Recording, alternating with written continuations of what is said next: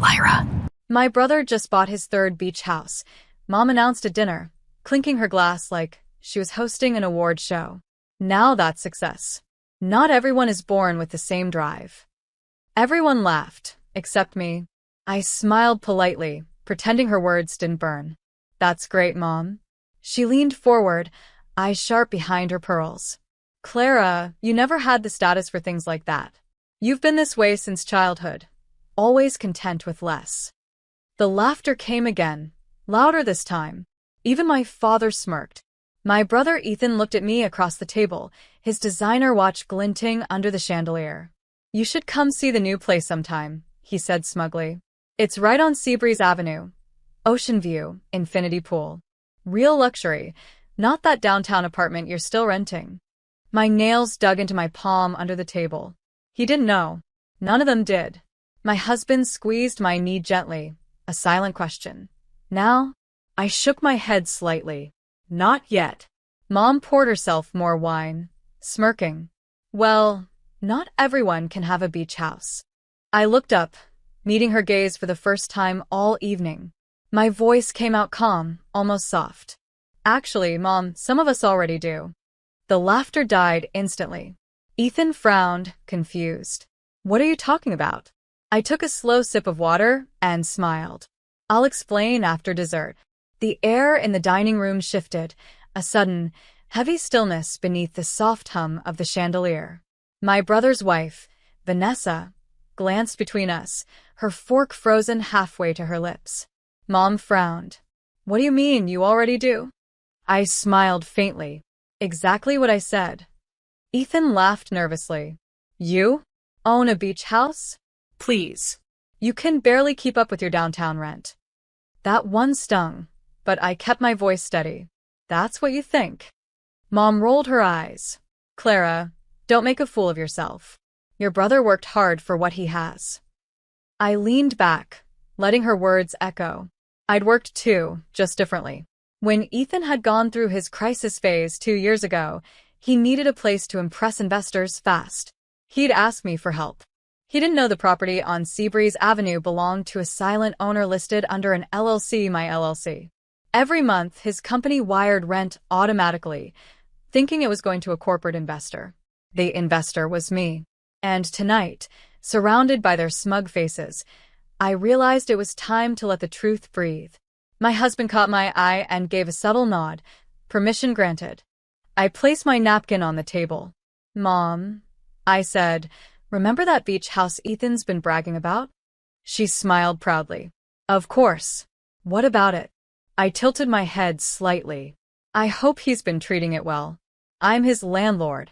The silence that followed was thick enough to taste. For a second, no one even blinked. Then Mom laughed, sharp, disbelieving. Oh, Clara, stop. You don't have to lie to feel important. Ethan scoffed, his grin returning. Nice joke, sis. You? The owner of Seabreeze Avenue? That property's worth millions. I clasped my hands together calmly. 6.8, to be exact. I bought it 4 years ago, after my firm closed its second investment round. Vanessa's jaw dropped. Wait, your firm? You told us you were working part-time in real estate. I said I was working independently. I corrected, smiling. Big difference. Ethan shook his head, laughing, but the sound was hollow. No way. If you own that place, I'd know. I slid my phone from my purse, pulled up the LLC documentation, and turned the screen toward him.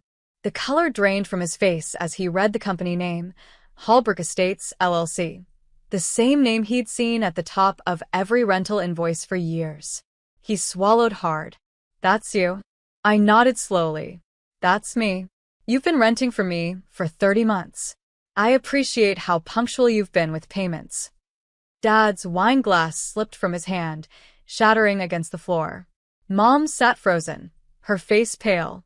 You're saying your brother has been paying you? Every month, I finished. Like clockwork.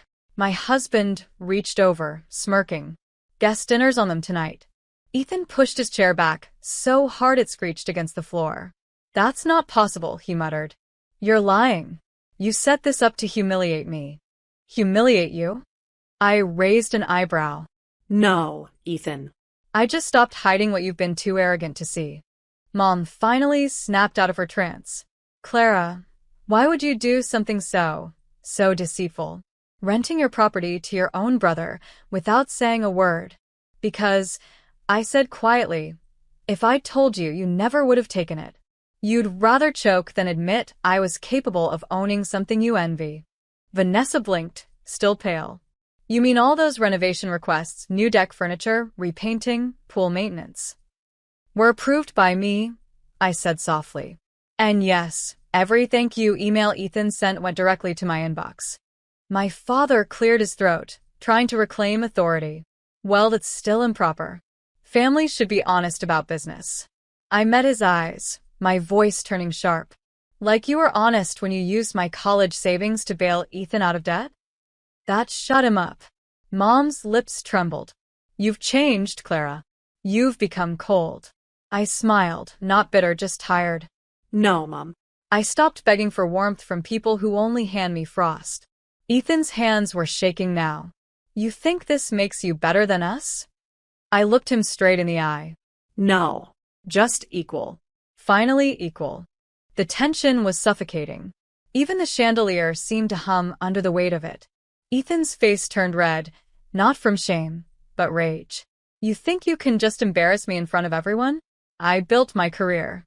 I earned my success. I leaned forward, my tone low and calm. Then why did my rent checks pay for your mortgage, your vacations, and your Tesla lease? Vanessa gasped. Ethan, is that true? He glared at her, his pride cracking. I didn't know who the owner was, all right? I thought it was some investment firm. It was, I said softly. Just not the kind you expected. Mom covered her face. My God. Dad finally stood. Enough. This family dinner is over. You've proven your point, Clara. Now stop this show. I stood too. This isn't a show, Dad. It's a revelation. You raised me to believe success meant obedience. But you were wrong. Success is peace, freedom, self-respect. Things money can't buy, but you tried to measure anyway. Daniel, my husband, stood beside me, slipping his hand into mine. You should be proud of her, he said quietly. Instead, you mocked her for being humble. Mom whispered, trembling. You could have told us. I smiled gently. You never ask. I reached for my purse and turned toward the door. Enjoy dinner, everyone. Oh, and Ethan, rent's due next week. The following morning, my phone buzzed nonstop. Messages, calls, voicemails. Mom, we need to talk. You went too far. Dad, call your brother and fix this mess before it hits the family's reputation. And Ethan, well, his was the only message that made me laugh. You won't get another dime from me. I'm moving out by the end of the week. Perfect. I sipped my coffee, looking out over the skyline from my office window. They still didn't get it. This wasn't about money. It was about truth. 2 days later, a friend from the real estate board called. You won't believe this, she said, half whispering. Your brother applied for a new property lease and used your company as a reference. I couldn't help it, I laughed. Of course he did. That night, I got another call from Mom. This time her voice was small, hesitant. Clara, your brother, he's lost most of his clients. That recording of him bragging about owning multiple houses, someone leaked it. It's everywhere. I paused. Then I guess he finally learned that pretending to be powerful always comes with a bill. Mom was quiet. Then, softly, we didn't know you were this strong. I smiled faintly. You never gave me the chance to be. When I hung up, Daniel looked over from the couch. Still think you went too far? He asked. I shook my head. No. I think I finally went far enough. 3 weeks passed before I heard from them again. The silence was golden. My work was thriving, my peace unshaken. But one rainy evening, my doorbell rang. Through the peephole, I saw them, Mom, Dad, and Ethan, standing like ghosts on my porch. Ethan's once polished look was gone. He looked tired, unshaven, smaller somehow. I opened the door, but didn't step aside. What brings the royal family to my humble home? Mom's eyes welled up. We didn't come to fight. We came to apologize. Ethan avoided my gaze. You were right, he muttered. I built my life on image. And when it cracked, there was nothing underneath. I folded my arms. And what do you want from me now? Forgiveness or another loan? Dad spoke then, a quiet, unfamiliar tone. Neither. We just want to sit down. Maybe eat together. Like a family again. I hesitated. The smell of the rain, the quiet sincerity in their faces, it all stirred something soft inside me. But softness doesn't mean weakness. You can come in, I said finally, but leave your pride at the door. They entered silently. Ethan glanced around my house, the same elegance he used to mock. Mom's voice broke the quiet. It's beautiful, Clara. You've done well. I smiled faintly. I always did, Mom. You just never looked close enough. Outside, thunder rolled. Inside, for the first time in decades, the storm began to calm. Dinner that night was quiet. No champagne toasts, no condescending laughter, just the soft clinking of cutlery and the hum of the rain against the windows. Mom sat across from me, her hands trembling slightly as she cut her food. You know, she began, her voice fragile, when you were little, I used to think your silence was weakness. I looked up. And now? She gave a faint, watery smile. Now I see it was strength. You learned how to survive in a house where love was conditional. Ethan exhaled shakily. You don't have to forgive me. I just needed you to know I was wrong. About everything.